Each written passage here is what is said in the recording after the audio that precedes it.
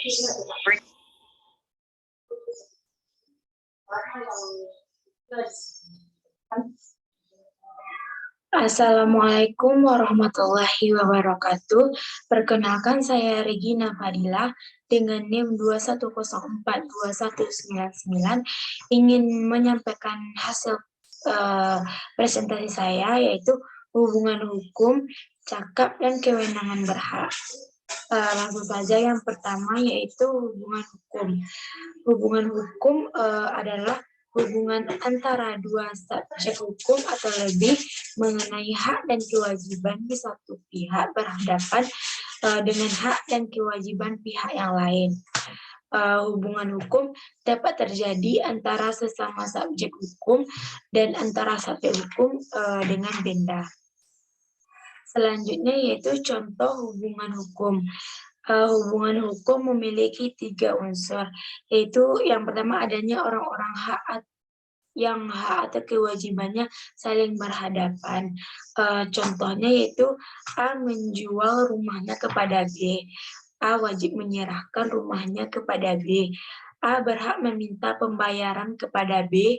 B wajib membayar kepada A. B berhak meminta rumahnya setelah dibayar. Selanjutnya yaitu contoh perbuatan hukum. Yaitu perbuatan hukum adalah segala perbuatan subjek hukum atau orang atau badan hukum yang secara sengaja dilakukan sehingga menimbulkan hak-hak dan kewajiban-kewajiban. Perbuatan yang dimaksud yaitu misalnya membuat surat wasiat, membuat perjanjian, dan lain-lain. Contoh perbuatan hukum di dalam kehidupan kita sehari-hari yaitu adanya sepasang suami istri. Dia melakukan KDRT. Jika si istri melaporkan perbuatan suaminya itu kepada pihak berwajib, maka itu disebut perbuatan hukum. Jika sang istri tidak melaporkannya kepada pihak berwajib, maka itu tidak dikatakan perbuatan hukum. Selanjutnya yaitu hubungan hukum dan masyarakat. Hukum dan masyarakat memiliki hubungan timbal balik, yakni di mana ada hukum, di situ ada masyarakat. Hukum ada untuk mengatur kehidupan bermasyarakat agar masyarakat memiliki kesadaran hukum mengenai pedoman norma tentang perbuatan yang boleh dilakukan dan perbuatan yang merupakan penyimpangan dalam kehidupan bermasyarakat. Selanjutnya yaitu cakap. Cakap hukum secara perdata berarti kecakapan seseorang untuk melakukan perbuatan hukum dan karenanya mampu mempertanggungjawabkan akibat hukumnya. Semua orang dalam keadaan cakap atau berwenang bertindak kecuali mereka yang diatur dalam undang-undang. Selanjutnya yaitu cakap dan tidak cakap hukum. Orang yang cakap adalah orang yang telah dewasa atau telah berusia 21 tahun dan berakal sehat. Sedangkan orang yang tidak cakap adalah orang yang belum dewasa dan orang yang ditaruh di bawah pengampuan yang terjadi karena gangguan jiwa, pemabuk, atau pemboros. Selanjutnya yaitu apa pentingnya kecakapan dalam suatu perbuatan hukum.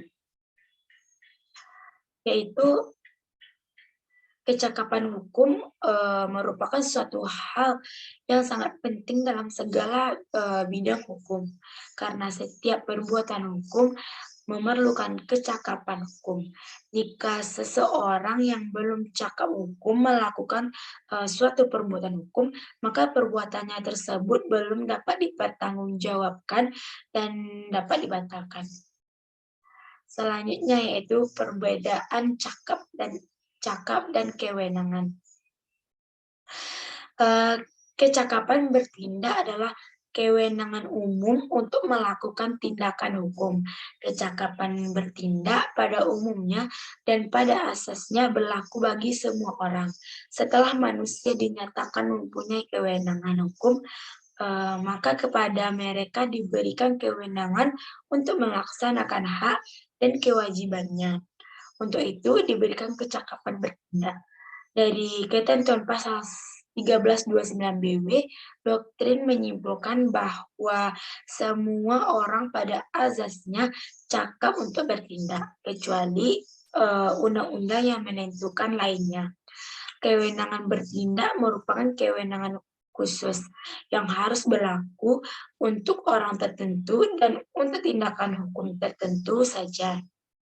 Kewenangan bertindak diberikan dengan mengingat akan tindakan untuk mana diberikan kewenangan bertindak sehingga tidak ada ketentuan hukum tentang kewenangan bertindak. Karena tindakan hukum menimbulkan akibat hukum yang mengikat si pelaku yang bisa membawa akibat yang sangat luar biasa. Maka kepada mereka yang belum sepenuhnya bisa menyadari akibat dari tindakannya, perlu diberikan perlindungan dalam hukum. Untuk itu, pembuat undang-undang atau BW mengaitkan lembaga hukum kecakapan bertindak dengan umur dewasa. Selanjutnya itu sejak kapan kewenangan berhak ini muncul dan kapan berakhirnya. Manusia dan badan hukum sebagai penyandang hak dan kewajiban mempunyai kewenangan berhak dan kewenangan bertindak atau cakap hukum. Kewenangan berhak seseorang dimulai sejak lahir dan berakhir ketika meninggal dunia. Kewenangan berhak manusia merupakan bawaan kodrat. Selanjutnya yaitu syarat-syarat apa yang harus dipenuhi agar seorang dapat dikatakan wenang berhak dan wenang berbuat, cakap berbuat. Seorang dapat dikatakan telah cakap dan berwenang harus memenuhi syarat-syarat yang ditentukan oleh undang-undang, yaitu telah dewasa, sehat pikirannya atau tidak di bawah pengampuan, serta tidak bersuami bagi wanita. Cakapan bertindak merupakan kewenangan umum untuk melakukan tindakan hukum. Baiklah, hanya itu yang dapat saya sampaikan. Kalau ada salah dan janggal, saya mohon maaf. Saya sudahi dengan wabillahi taufiq wal hidayah. Assalamualaikum warahmatullahi wabarakatuh.